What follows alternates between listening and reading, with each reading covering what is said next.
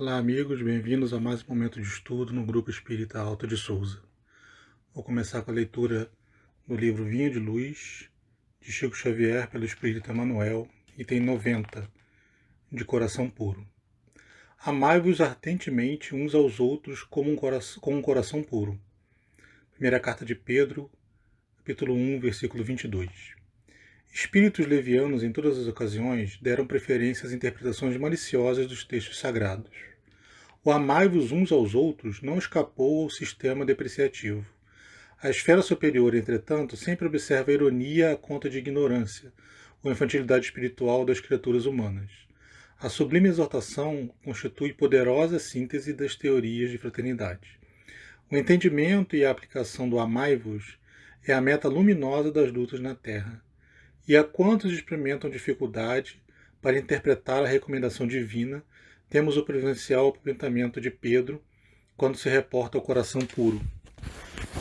Conhecem os homens alguns raios de amor que não passam de restes fugidias a luzirem através das muralhas dos interesses egoísticos, porque a maioria das aproximações de criaturas da crosta da terra inspiram-se em móveis obscuros e mesquinhos, no terreno dos prazeres fáceis ou das associações que se dirigem para o lucro imediatista. O amor a que se refere o Evangelho é antes a divina disposição de servir com alegria na execução da vontade do Pai, em qualquer região onde permaneçamos. Muita gente afirma que ama, contudo, logo que surjam circunstâncias contra os seus caprichos, passa a detestar. Gestos que aparentavam dedicação convertem-se em atitudes de interesse inferior. Relativamente ao assunto, porém, o apóstolo fornece a nota dominante da lição. Amemo-nos uns aos outros ardentemente, mas guardemos o coração elevado e puro. Vamos elevar nosso pensamento a Deus, vamos nos concentrar para a nossa oração.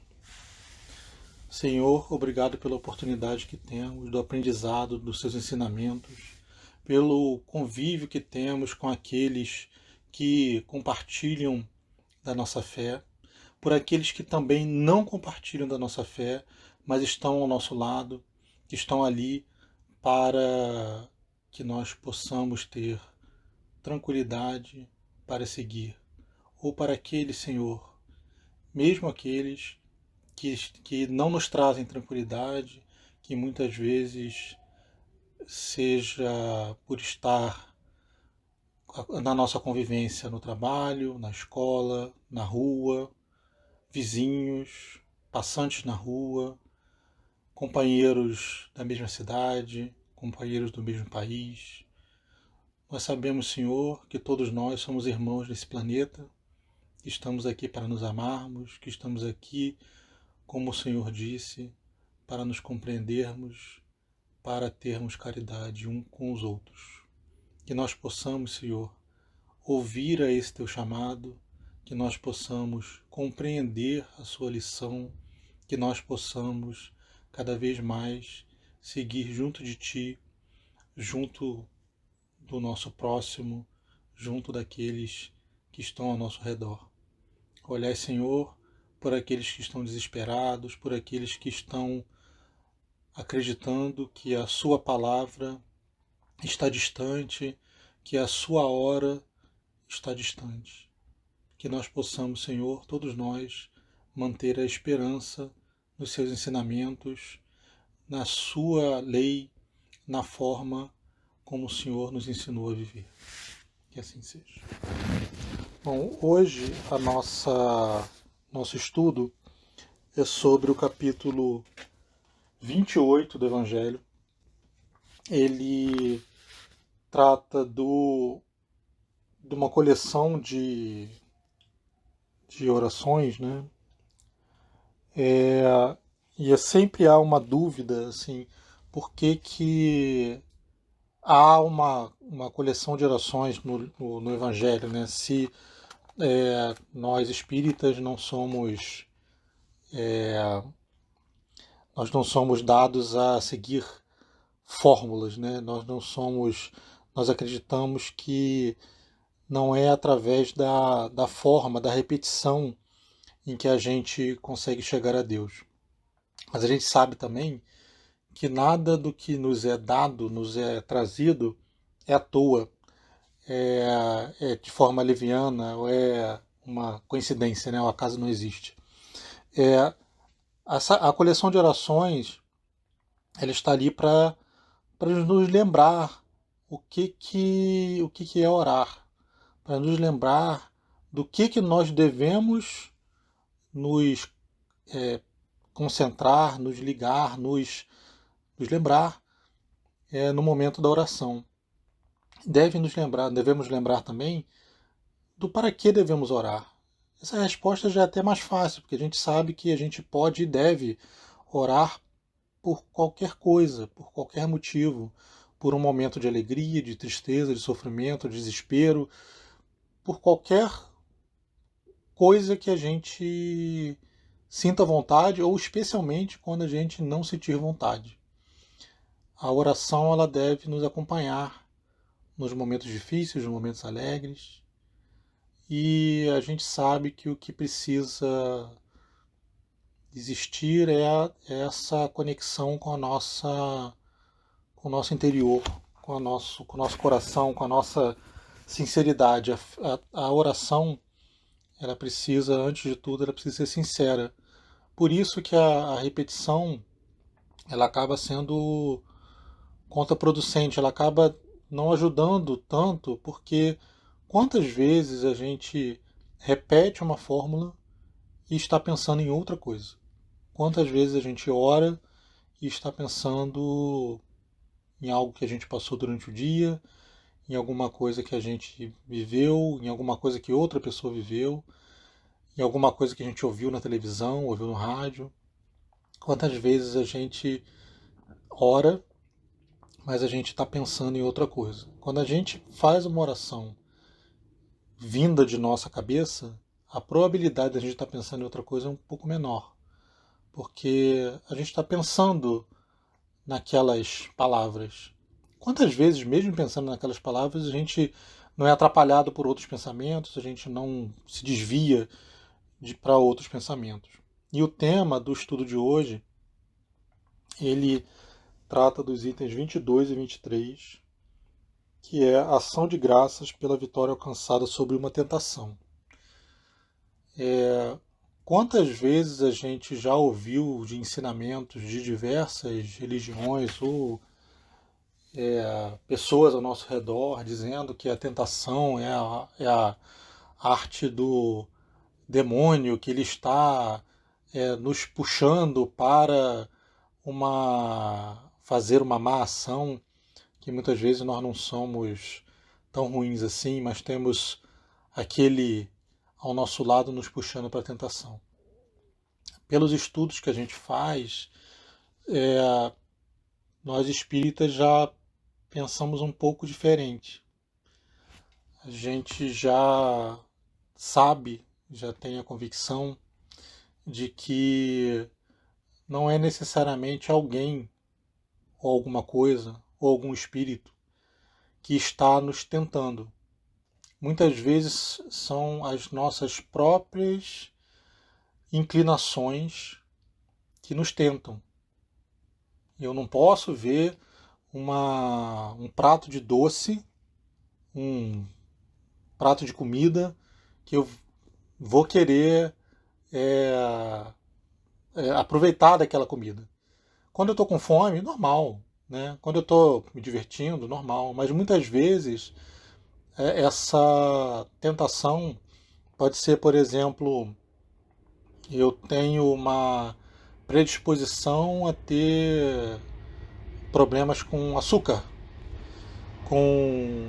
porque isso, eu não sou diabético, mas ele prejudica os meus índices, né? E quantas vezes eu tô, não, já comi um pedaço de doce, tá tudo bem. Pô, mas mais um pedacinho, mais um pedacinho, mais um pedacinho. E quantas vezes essa tentação da gula, ela é inerente a mim, não é necessariamente alguém que está me soprando no ouvido, né? E assim como coisas mais bobas ou mais sérias, mas Muitas vezes a gente tem uma má inclinação. Eu dei o exemplo pueril, um exemplo bobo aqui de comida, mas às vezes é uma inclinação mais difícil, às vezes é o falar mal de alguém, às vezes é o julgar alguém, às vezes é o contar algo que você ouviu, mas você não sabe se é verdade. Mas se você ouviu, parece verdade, né? Já que eu ouvi, né? Já que eu li, né? Hoje em dia, então, a história do recebi no Facebook, no WhatsApp, no Instagram, em qualquer lugar. Não sei se é verdade, mas por via das dúvidas, né? Eu vou propagar aquela mentira para frente, né? E aí, quando a gente é tentado desse jeito, o texto até nos traz alguns exemplos da oração, né? Então, como o texto é curto, vou lê-lo, né? Aquele que resistiu a uma tentação deve a assistência dos bons espíritos, a cuja voz atendeu. Cumpre-lhe agradecê-lo a Deus e ao seu anjo de guarda. Assim como a gente, quando ouve uma tentação, a gente fica logo achando que não, é ruim é porque tem alguém me tentando, tem alguém tentando me desviar do bom caminho. Quando a gente não cede à tentação, quantas vezes a gente lembra de agradecer que pode ter sido uma boa influência também? Normalmente a gente esquece. Quando a gente sucumbe, quando a gente cai, a gente acha que foi alguém que nos empurrou. Quando a gente levanta, a gente sempre acha que levantou com os próprios pés, com as próprias mãos. Assim como a gente não deve ficar culpando outros espíritos para as nossas más inclinações, a gente também deve agradecer aos bons espíritos pelas suas boas influências. Então, a oração, a gente deve lembrar disso, né? A gente deve lembrar que, sim, as nossas boas inclinações também nos ajudam a resistir à tentação. Se a gente realmente tivesse completamente entregue, a gente não ouviria as boas influências. Tem um pouquinho de mérito nosso também, de ouvir, de conseguir ouvir, de estar receptivo, de conseguir entender que aquela boa sugestão é uma boa sugestão, que eu devo acreditar nela, que eu devo segui-la, que eu devo não sucumbir às minhas más inclinações. Então, quando eu sinto aquela vontade enorme de mandar algo, de falar mal de alguém, de fazer alguma maldade, de fazer alguma coisa que eu já sei que é ruim, eu posso respirar, parar para pensar e ouvir aquela voz da consciência, do espírito guardião, do anjo de guarda, do amigo do lado. Às vezes não precisa ser uma influência desencarnada, ela pode ser uma influência encarnada, do amigo do lado, da mãe, da tia, do avô, do primo, do colega. Quantas vezes a gente recebe boas influências de quem está ao nosso redor, encarnado ou não, e a gente escolhe não seguir. Ou a gente segue e simplesmente fala, não, como eu sou bom, né? Como eu sou boa em fazer aquilo. A gente é ajudado o tempo todo e dificilmente a gente reconhece.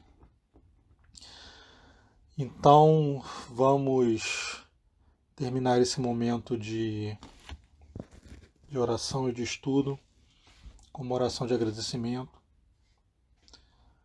Nós agradecemos aos nossos guias espirituais por toda a boa influência que eles trazem ao nosso redor, por todos os outros espíritos que eles nos indicam e colocam em nosso caminho, para que nós possamos desenvolver boas aptidões, boa índole, bons pensamentos, por todos os obstáculos que nos são apresentados, para que nós possamos exercitar essas boas qualidades, essas habilidades que nós precisamos para conviver com os nossos companheiros, para que nós possamos auxiliar, para que nós possamos nos auxiliar, para que nós possamos progredir.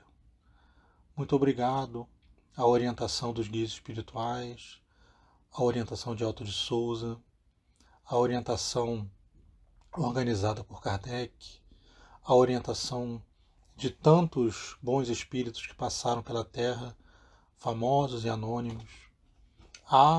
Agradecemos também àqueles que estão ao nosso lado, aos nossos cônjuges, aos nossos namorados, namoradas, aos nossos amigos, aos nossos conhecidos, colegas de trabalho, aos nossos irmãos, aos nossos primos, tios, avós, aos nossos familiares, de um modo geral, àqueles que passamos pela rua, àquele bom dia que nós recebemos, àquele por favor, aquele obrigado,